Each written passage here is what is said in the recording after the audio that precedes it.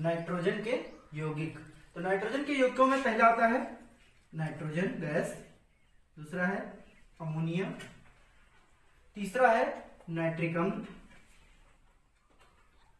चौथा है hypo H2N2O2 hypo nitrous अम्ल, इसके बाद आता है नाइट्रस अम्ल HNO। तो ये कुछ नाइट्रोजन के यौगिक हैं। अब इनमें सबसे पहले हम पढ़ेंगे नाइट्रोजन। ठीक, अब नाइट्रोजन पढ़ने से पहले क्या करते हैं कि किसी यौगिक को जो पढ़ते हैं तो उसमें मुख्यतः हमें 4 बिंदुओं पे ध्यान देना होता है। बनाने की विधि,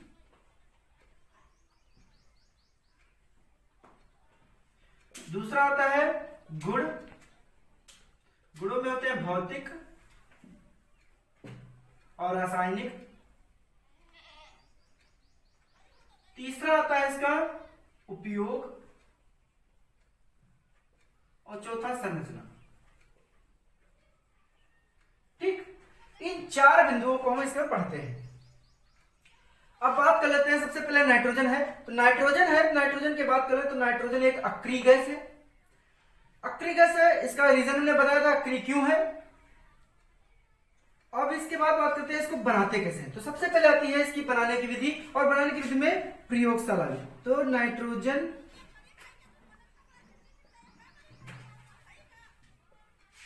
बनाने की विधि, प्रयोगशाला विधि।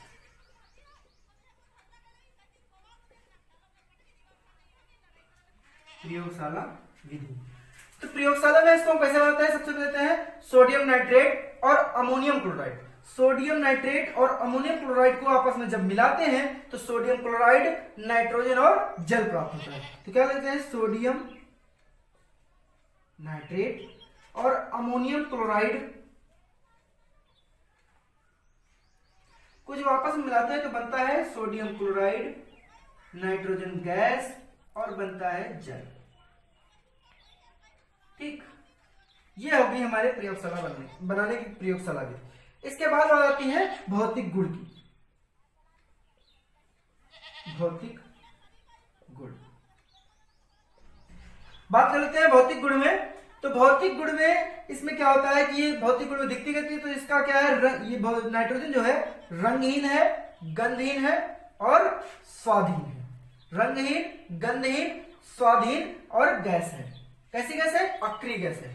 अब इसके बाद बात कर लेते हैं इसके रासायनिक गुण की। तो रासायनिक गुण में क्या होता है, सबसे पहले रासायनिक गुण क्या लिखते हैं, रासायनिक गुण। तो रासायनिक गुण में हम पढ़ते हैं कि ये किस किस से क्रिया करता है और क्या बनाता है। रासायनिक गुण में पहला है, अगर हम नाइट्रोजन की क्रिया ऑक्सीजन के साथ करा दें तो बनता है नाइट्रिक ऑक्साइड। दूसरा रासायनिक गुण है, अगर हम नाइट्रोजन की क्रिया हाइड्रोजन से करा देते हैं तो बनती है अमोनिया। ठीक, इसको अच्छे से याद कर लेना क्योंकि ये हाइबर प्रक्रम में औद्योगिक विधि है। अमोनिया बनाने की औद्योगिक विधि है। ठीक, अब इसके बाद बात करते हैं कि अमोनिया अगर धातु से क्रिया कर ले, अगर ये नाइट्रोजन धातु से क्रिया कर ले तो क्या बनाएगा, इस नाइट्रोजन को हम किसी धातु से क्रिया कराते हैं, मान लो लिथियम से करा देते हैं तो बनेगा क्या, lithium nitride Li3n, lithium nitride बनेगा। और इसकी बैलेंस से कर लेंगे, यहाँ पे आएगा n है, n को कर 2 से कर देंगे और ये देखो 2 3 6, इसको 6 से, तो क्या बनेगा, लिथियम नाइट्राइड। अब इसके बाद रासायनिक गुण के बाद हम बात कर लेते हैं उपयोग की। तो नाइट्रोजन का उपयोग क्या होता है, क्रायो सर्जरी में, चिकित्सा में तथा उर्वरक बनाने में होता है। तो इसको हम यहाँ पे इरेज कर लेते हैं।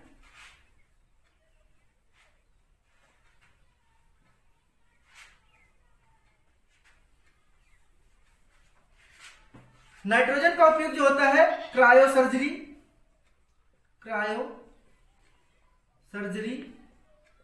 और दूसरा उर्वरक बनाने में होता है। उर्वरक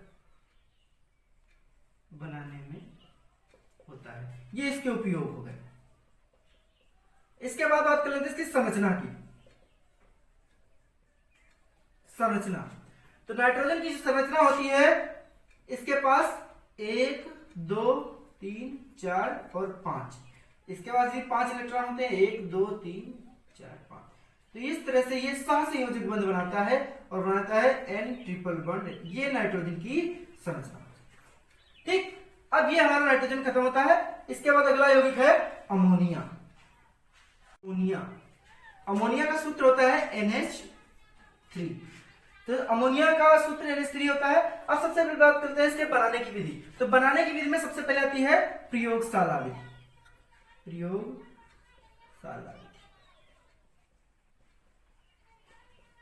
प्रयोगशाला में हम इसको कैसे बनाते हैं? तो इसको बनाने के लिए क्या लेते हैं? अमोनियम क्लोराइड ले लेते हैं।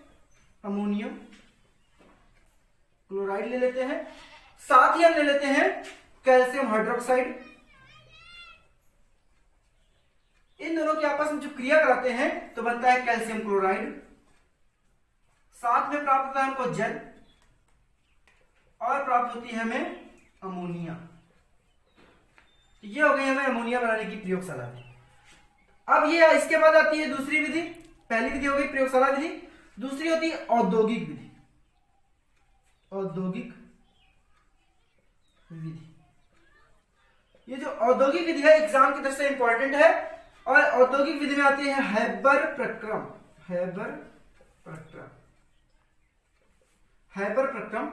अब हैबर प्रक्रम से अमोनिया बनाते कैसे हैं? तो हैबर प्रक्रम में अमोनिया बनाने से पहले क्या करते हैं?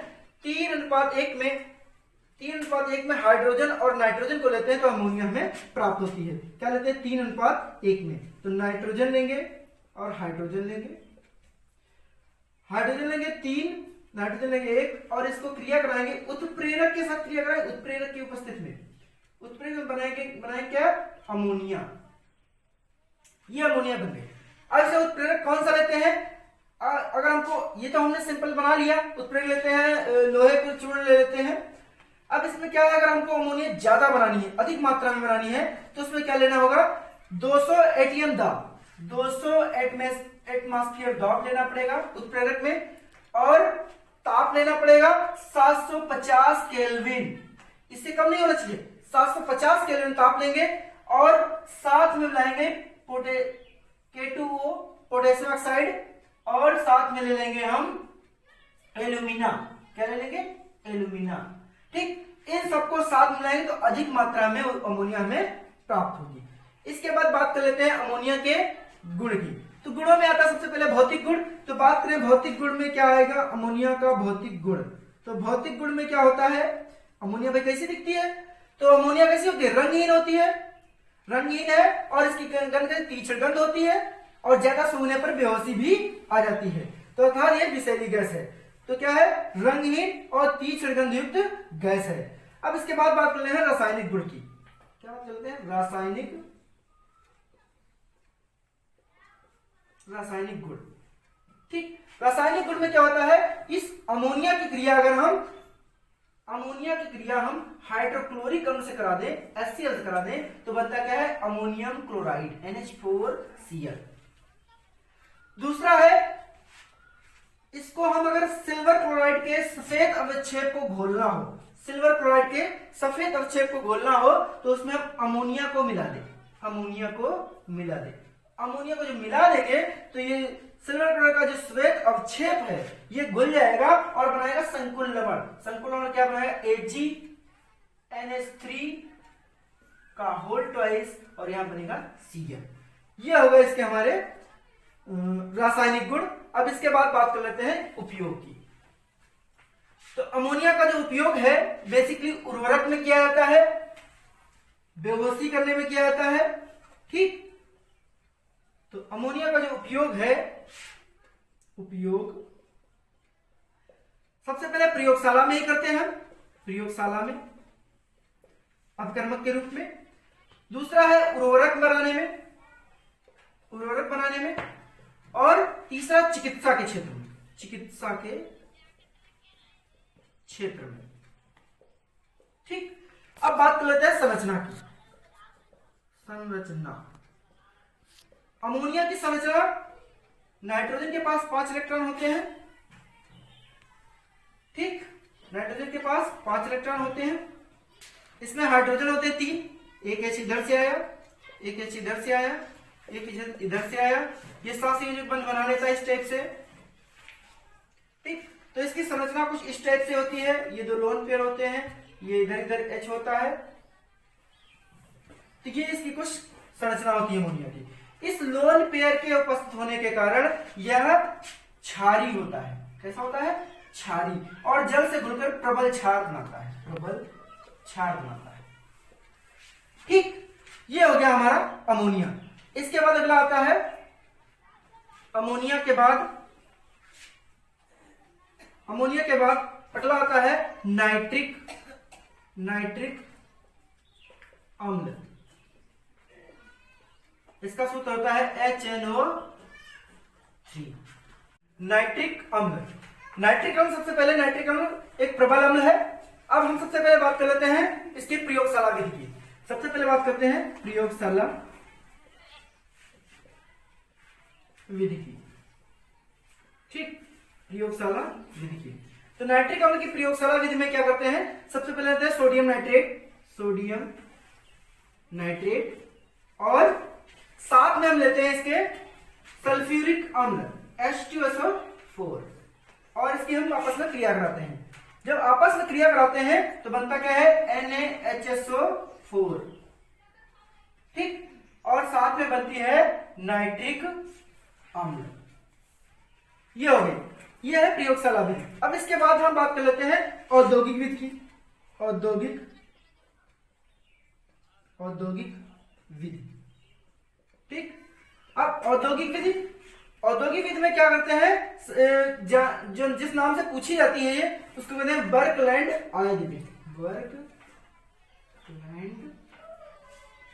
आइड विधि। ठीक, इस विषय हम इसको बनाते हैं। तो इसमें सबसे पहले क्या लेते हैं? हम लेते हैं अमोनिया लेते हैं, प्लस साथ में लेते हैं ऑक्सीजन, और इसकी हम आपस में क्रिया करा के बनता है नाइट्रिक ऑक्साइड, और साथ में बनता है जल। ठीक, इस नाइट्रिक ऑक्साइड की ऑक्सीजन से हम फिर से क्रिया कराते हैं। नाइट्रिक ऑक्साइड की ऑक्सीजन से फिर से क्रिया करा देते हैं। जब इसकी हम फिर से क्रिया कराएंगे तो हमें प्राप्त होगा नाइट्रोजन डाइऑक्साइड। अब नाइट्रोजन डाइऑक्साइड की क्रिया जल के साथ करा देते हैं। नाइट्रोजन डाइऑक्साइड की क्रिया जल के साथ कराएंगे। जल के साथ, जैसे ही जल के साथ कराएंगे तो हमें प्राप्त होगा नाइट्रिक अम्ल, और साथ में प्राप्त होगा नाइट्रिक ऑक्साइड। ठीक, नाइट्रिक अम्ल और नाइट्रिक ऑक्साइड हमें प्राप्त होगा। अब इसके बाद ये जो नाइट्रिक अम्ल हमें प्राप्त होगा, इसको हम क्या करेंगे? फिर से आश्रित करेंगे। आश्रित करने पर जब नाइट्रिक ऑक्साइड को आश्रित करेंगे तो 68% हमें नाइट्रिक अम्ल प्राप्त। दूसरा प्रक्रम है, अगर हम यहां पे इसको और ज्यादा शुद्ध करना चाहें तो इसको सांद्र सल्फ्यूरिक अम्ल के साथ अगर क्रिया अपकृत करा दें, सांद्र सल्फ्यूरिक अम्ल के साथ अपकृत कराएंगे तो हमें 98% शुद्ध नाइट्रिक अम्ल।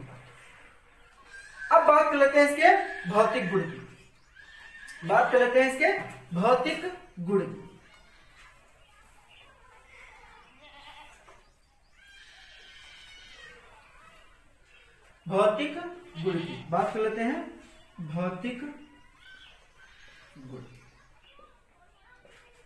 तो नाइट्रिक अम्ल के जो भौतिक गुण है, यह एक प्रबल अम्ल है जो रंगहीन होता है। ठीक, दो मुख्यता है। इसके बाद करते हैं रासायनिक गुण।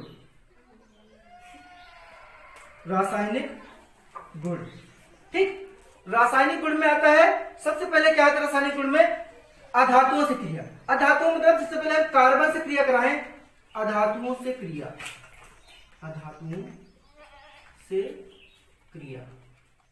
अगर हम कार्बन से क्रिया कराते हैं नाइट्रिक अम्ल की, अगर नाइट्रिक अम्ल की हम कार्बन से क्रिया कराएंगे तो कार्बन डाइऑक्साइड, जल, और साथ में प्राप्त होगा नाइट्रोजन डाइऑक्साइड। ठीक, इसके बाद बात कर लेते हैं हम फास्फोरस से अगर क्रिया कराएंगे P4, तो इससे जब क्रिया कराएंगे तो यहाँ पे नाइट्रिक अम्ल लेंगे। जब नाइट्रिक अम्ल लेंगे तो हमें क्या प्राप्त होगा, फास्फोरिक अम्ल H3PO4 और प्राप्त होगा हमें जल और साथ में प्राप्त होगा नाइट्रोजन डाइऑक्साइड। ठीक, ये प्राप्त होगा। तो ये हो गई अधातुओं से क्रिया। अगर हम देखें धातु से क्रिया करा देते हैं, अगर हम इसकी धातु से क्रिया कराएंगे तो धातु में ले लेते हैं, मान लो जिंक ले लेते हैं, जिंक ले ली हमने और साथ में नाइट्रिक अम्ल मिलाया। और जब इससे क्रिया कराएंगे हम तो हमें प्राप्त होगा, इधर जिंक ले ली और नाइट्रिक अम्ल ले ली। अब हम जब इसकी क्रिया कराएंगे तो हमें प्राप्त होगा जिंक नाइट्रेट और प्लस प्राप्त होगा हमें जल और साथ में प्राप्त होगा नाइट्रस ऑक्साइड। ठीक, इतना प्राप्त होने के बाद अब हम देखते हैं कि क्या सभी धातु से क्रिया करता है, तो नहीं। जिंक नाइट्रिक अम्ल से तो क्रिया कर लेता है। अब यहां पे नाइट्रिक अम्ल ये क्रोमियम तथा एल्यूमिनियम इससे क्रिया नहीं करता, क्योंकि क्रोमियम और एल्यूमिनियम पे ऑक्सीजन की परत जम जाती है और जिससे नाइट्रेट जो है, ये नाइट्रेट क्रिया नहीं करता है। ठीक, इसलिए ये दोनों धातुओं से नाइट्रिक अम्ल भी क्रिया नहीं करता है। इसके बाद आ जाता है उपयोग। तो नाइट्रिक अम्ल का जो उपयोग है, बेसिकली उर्वरक बनाने में, प्रयोगशाला में तथा उपयोग, उर्वरक बनाने में भी होता है, उर्वरक बनाने में, प्रयोगशाला में।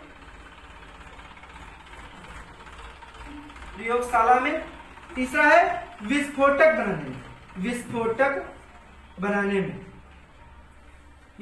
बनाने में जैसे TNT है, TNT ट्राई नाइट्रोटॉलुइन।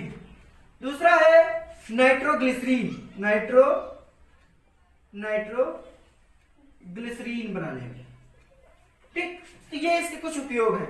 अब बात कर लेते हैं कि हम संरचना। ठीक, संरचना में आता है, जैसे कि जब नाइट्रोजन की संरचना कैसी होगी, तो संरचना में देखते हैं नाइट्रोजन है, ठीक, और इससे 5 इलेक्ट्रॉन होते हैं इस पास। ऑक्सीजन होंगे 1 2 3, एक हाइड्रोजन होता है और ऑक्सीजन के पास होते हैं 1 2 3 4 5 6। इधर भी 1 2 3 4 5 6, इधर भी होंगे 1 2 3 4 5 6। ठीक, एक इधर 2 से बाइंड करेगा, इधर भी 2 से बाइंड करेगा और ये इधर एक इधर से बाइंड करेगा। तो इसकी जो संरचना बनेगी N की, इधर डबल बॉन्ड हो, इधर डबल बॉन्ड हो, इधर बनेगा OH। ठीक, ये नाइट्रिक अम्ल की संरचना है। इसके बाद बात कर लेते हैं परीक्षण। इसके हम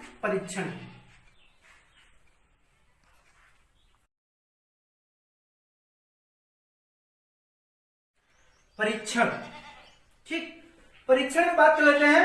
अगर हम नाइट्रिक अम्ल, मान लो ये नाइट्रिक अम्ल है, इसमें ये परखनली है और इसमें नाइट्रिक अम्ल भरा हुआ, इसमें डालते हैं फेरस सल्फेट डालने के बाद इसमें नाइट्रिक अम्ल पहले से है, इसमें डाला हमने फेरस सल्फेट, फिर इसकी दीवार की सहायता से डालते हैं सल्फ्यूरिक अम्ल।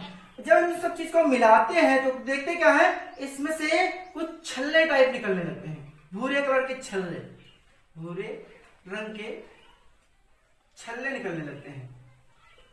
अगर भूरे रंग के छल्ले निकल रहे हैं तो इससे पहचान ये होती है कि इसमें नाइट्रिक अम्ल उपस्थित है। ये हो गया इसका परीक्षण।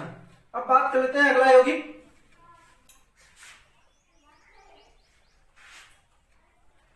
फास्फोरस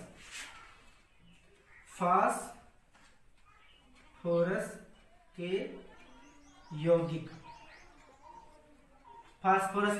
यौगिक। तो फास्फोरस के यौगिकों में इसके पहले देख लेते हैं फास्फोरस है कैसा। फास्फोरस का सूत्र होता है P4। अब फास्फोरस होती है कितने, फास्फोरस के 3 रूप है मुख्यतः, लाल फास्फोरस, सफेद फास्फोरस और काला फास्फोरस। ठीक, लाल फास्फोरस, सफेद काला फास्फोरस, लाल फास्फोरस, सफेद फास्फोरस और काला फास्फोरस। फास्फोरस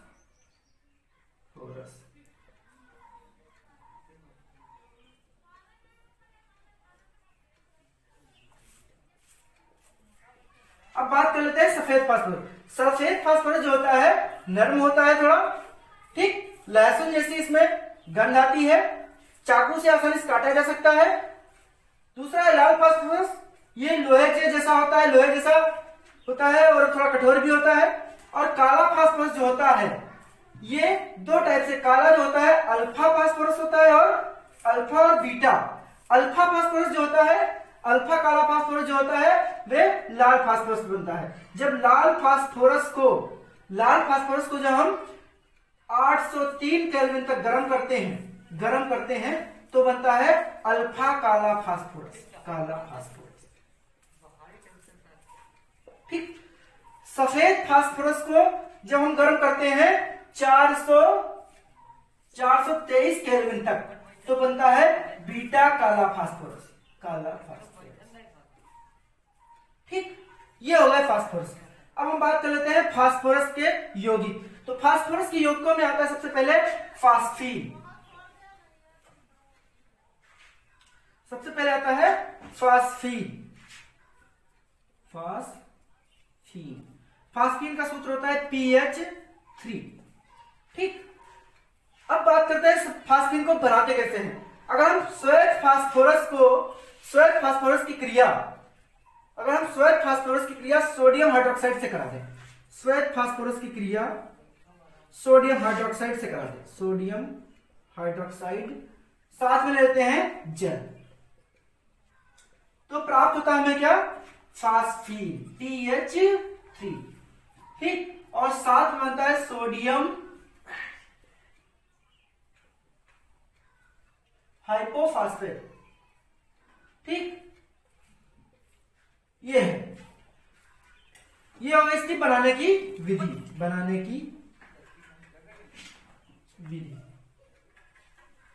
ठीक, दूसरा आता है इसका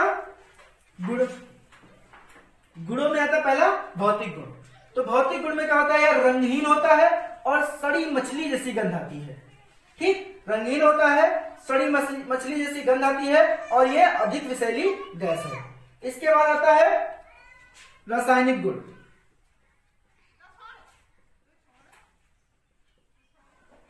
रासायनिक गुण में क्या होता है, अगर हम कैल्शियम सल्फेट के साथ अगर PH3 क्रिया करा दें, फास्फीन की क्रिया करा दें तो बनता क्या है, Cu3P2 प्लस 3H2SO4।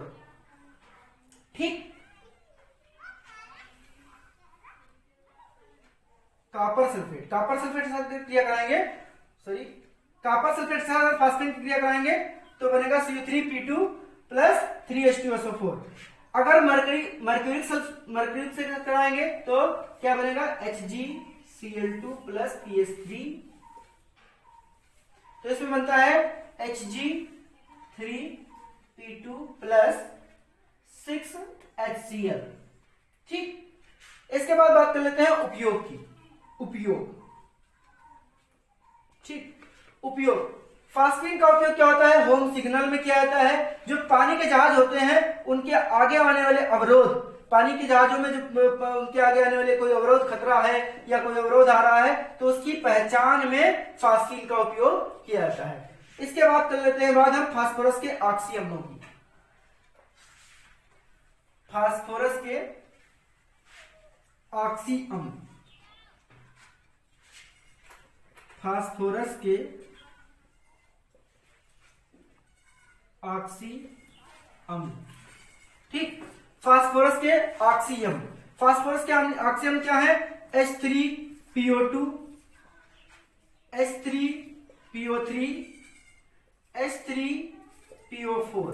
ये 3 इसके ऑक्सी अम्ल हैं। इसको कहते हैं फास्फोनिक अम्ल, इसको कहते हैं फास्फोरस अम्ल, और इसको कहते हैं हाइपोफास्फो या आर्थोफास्फोरिक अम्ल। अब ये एक क्षार की है, एक क्षार की है, एक क्षार की है, या द्विक्षार की है, ये 3 क्षार की है, 3 क्षार की है। ठीक, इसके बाद बात कर लेते हैं NO2 जो है, NO2 जो है ये N2O4 क्यों बनाता है? तो इसमें रीजन क्या है? N के पास जो नाइट्रोजन है, यहाँ पे नाइट्रोजन है, इसके पास देखा जाए तो विषम इलेक्ट्रॉन होता है। विषम इलेक्ट्रॉन होने के कारण यह N2O4 बना लेता है। ठीक, एक ये क्वेश्चन है। दूसरा है कि समानुपातन किसे कहते हैं? तो समानुपातन उन्हें कहते हैं वे तत्व जिनके एक ही तत्व का ऑक्सीकरण और अपचयन होता है, उसे समानुपातन कहते हैं। जैसे असमानुपातन का उदाहरण तुमको बताते हैं, 4H3PO3 gives out PH3 plus 3H3PO4। यह है असमानुपातन का एग्जाम्पल, असमानुपातन। ठीक, इसके बाद यही है, इसके बाद हमारा ये चैप्टर क्लोज होता है। अगला चैप्टर ऑक्सीजन परिवार जो है कल हम डिस्कस करेंगे, ऑक्सीजन परिवार। ओके।